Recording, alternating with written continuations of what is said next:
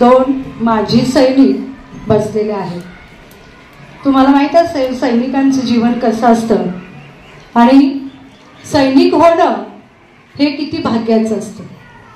आणि म्हणूनच इथं आता आपण निवांत बसतोय, आपले सण साजरे करतो किंवा सैनिक असतील ते सीमेवर आपलं रक्षण करीत असतात. जिथं शिक्षण घेऊन त्यांनी तिथंपर्यंत त्या पदापर्यंत जाण्यासाठी काय काय करावं लागतं आणि काय केलं हे तुमच्यापर्यंत पोहोचावं, तुम्हाला स्फूर्ती मिळावी, तुम्हाला चांगले अनुभव मिळावे, यासाठी आपण आज माजी सैनिक श्याम नलवडे सर आणि माजी सैनिक राहुल पाटील सर यांना इथं आपण आमंत्रित केलेलं आहे.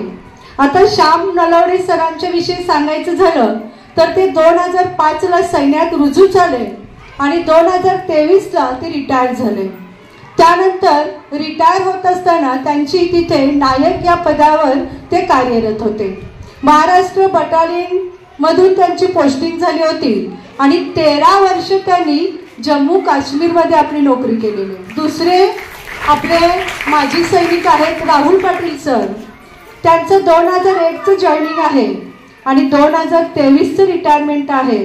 रिटायरमेंट होताना ते हवलदार या पदावर होते आणि त्याचबरोबर त्यांनीही 4 वर्ष जम्मू काश्मीरमध्ये नोकरी केलेली आहे. या मुलाखत कार्यक्रमासाठी तुमचं पुनश्च एकदा हार्दिक हार्दिक स्वागत करते. माझे नाव राजवीर संभाजी भोसले. माझा प्रश्न नलवडे सरास नाही. आपले नाव काय, आपले शिक्षण किती झाले आहे व आपण कधी सैन्य दलात रुजू झाला? माझं नाव श्यामाशोक नलवडे. माझं 10वीपर्यंत शिक्षण इथं झालं. 12वी आणि सेकंड इयरला मी छत्रपती शहाजी कॉलेजमध्ये शिकलो. परत ग्रॅज्युएशन मी इंडियन आर्मीमध्ये इग्नो मार्फत केलं. माझं जॉईनिंग 2005 साली मराठा बटालियनमध्ये झालं. माझे नाव विराज विठ्ठल मनकापुरे. माझा प्रश्न श्याम नलवडे सरांसाठी आहे की आपल्याला सैन्यात जाण्याची प्रेरणा कुठून मिळाली व आपण त्यासाठी कोणकोणती तयारी केली? प्रेरणा म्हणजे पहिल्यापासून 10वी जसं झाली तेव्हापासून एक वर्दीची आवड निर्माण होती. ते जण म्हणायचे की डॉक्टर, इंजिनियर वगैरे, पोलीस व्हायचं, परंतु माझी वेगळीच इच्छा होती. आणि त्यात 99चे कारगिल युद्ध झालं.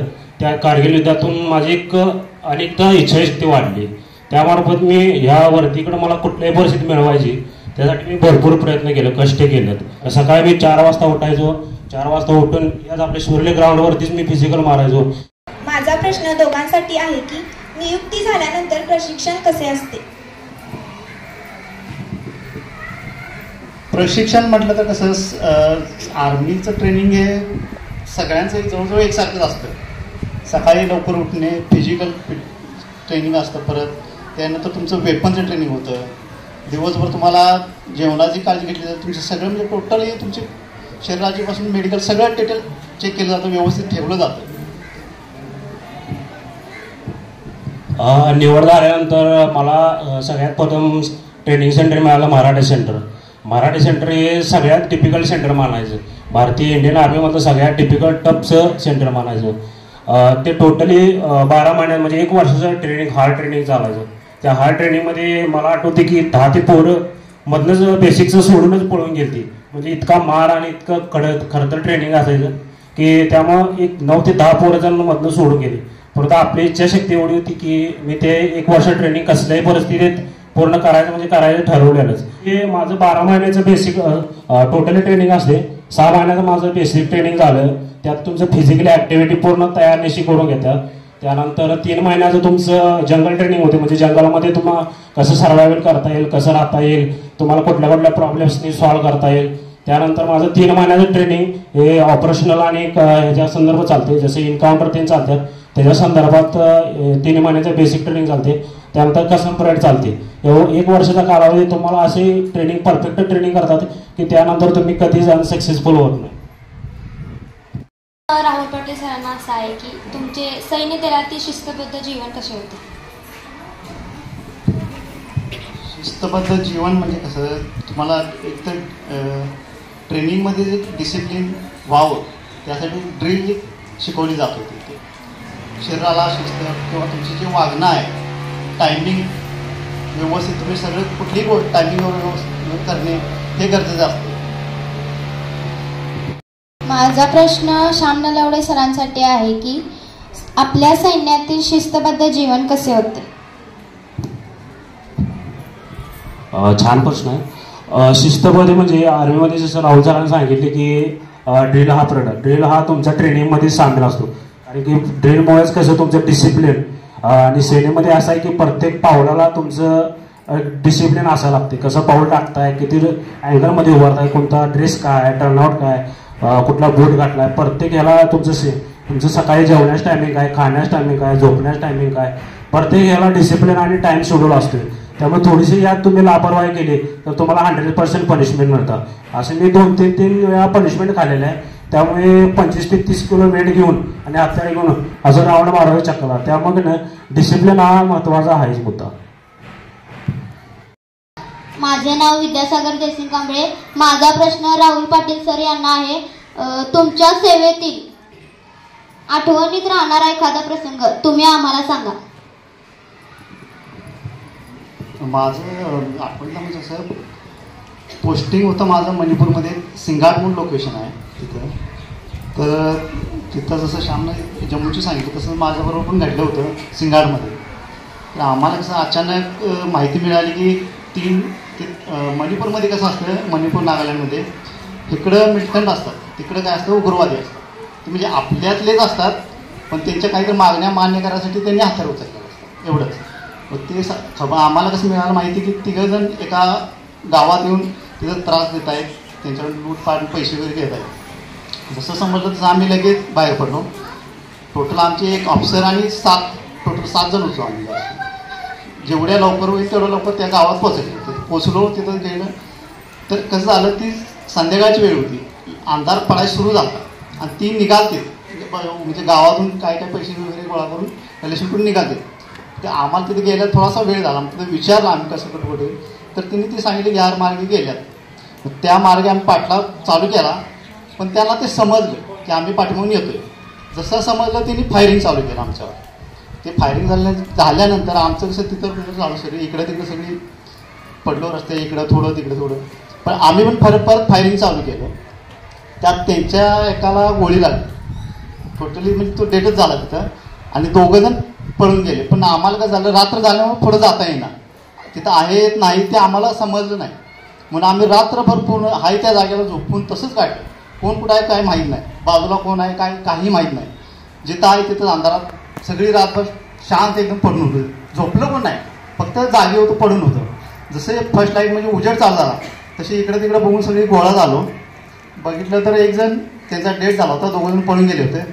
पण त्याच्यानंतर सकाळी उठल्यानंतर बघितलं आमच्यातल्या कोणालाही काय झालं नव्हतं. फक्त 2-3 कोणाला शर्ट जे असतं कोण किंवा साईडला जे मॅगझिन असते त्याला गोळ्या लागले होते. म्हणजे आमचं नशीब एवढं चांगलं आहे, कुणालाही काय झालं.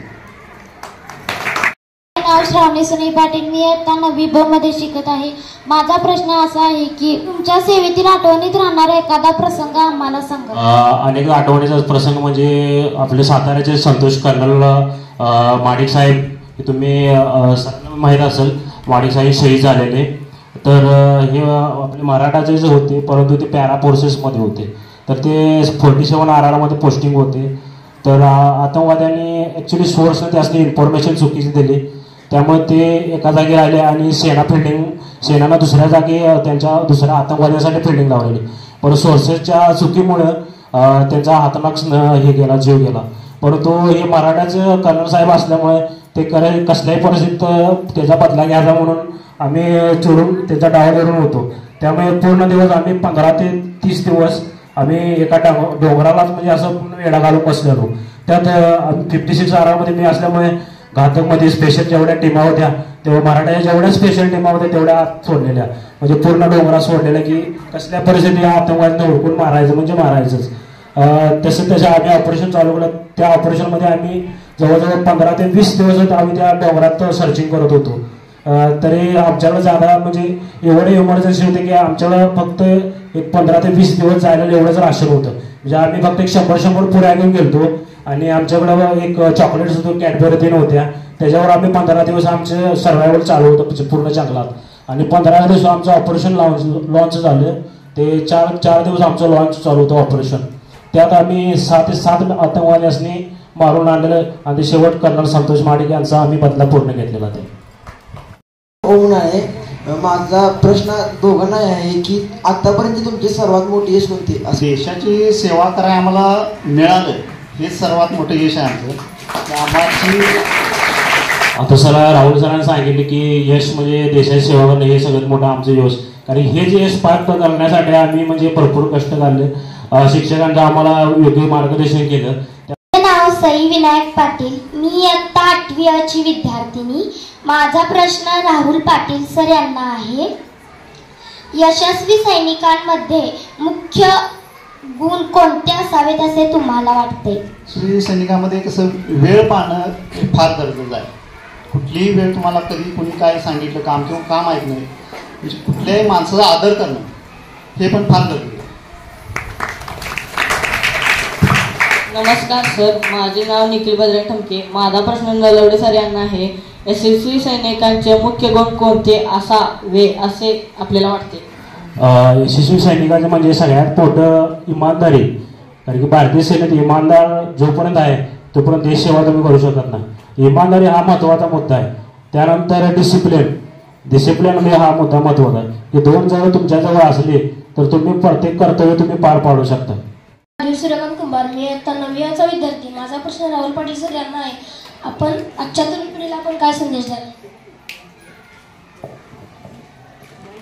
मोबाईलचा जरा वापर कमी केला तर बरं होईल तुम्ही सगळ्यांनी. नाही ते खरोखर वाईट आहे पण भविष्य चांगलं आहे. आत्ता वाईटच आहे पण भविष्यात ते चांगलं आहे. सर माझं नाव प्रज्ञा प्रशांत कागले. मी इयत्ता 8वीतून शिकत आहे आणि माझा प्रश्न श्याम नलवडे सरांना आहे. आपण आजच्या तरुण पिढीला नवीन संदेश काय द्याल? नवीन पिढीला म्हणजे राहुल सरांनी सांगितलं की बाबा मोबाईल सगळ्यात मोबाईल म्हणजे आता लहान मुलं सुद्धा माझा मुलगा सुद्धा मोबाईल आहे. मोबाईल घेतोय परंतु मला बघितल्यानंतर मोबाईल लगेच फेकतोय. त्यामुळे मोबाईल तुम्ही जोपर्यंत 10वी पास करत नाही तोपर्यंत मोबाईल माझी म्हणतो घेऊच नका. फक्त अभ्यासापुरता समजा तुम्हाला क्लासमधून म्हटला तर अभ्यासाला एकतरी येत असेल मेसेज तेवढा तुम्ही हे करा. कारण मोबाईलमुळे तुमचं लक्ष नाही विचलित होऊन जाते. सर माझा प्रश्न दोघांना आहे की जर मला सैन्य दलात सामील व्हायचे असेल तर मला काय करायला लागेल? सैन्यात जाण्यासाठी तर तुमचं पहिला तर फिजिकल एकदम व्यवस्थित पाहिजे. दुसरी गोष्ट म्हणजे टाईमचं मॅनेजमेंट तुम्ही केलं पाहिजे. स्वतः सकाळी उठणे, व्यायाम करणे, अभ्यास करणे, योगा करणे हे सगळं तुमच्या रुटीनमध्ये बसवलं पाहिजे. व्यवस्थित अभ्यास करणे.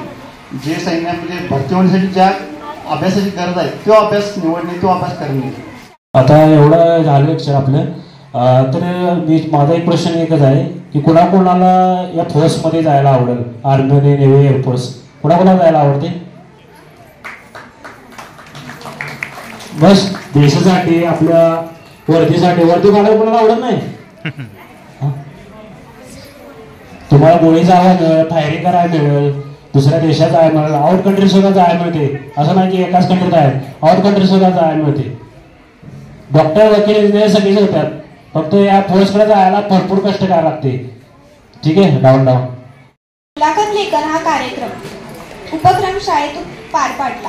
या उपक्रमासाठी उपस्थित माननीय श्री राहुल पाटील सर व माननीय श्री श्याम नलवडे सर यांनी आम्हाला मुलाखत लेखनातून विचारलेल्या प्रश्नांच्या आधारे सैनिकी जीवन, शिस्त यांचे मार्गदर्शन केले.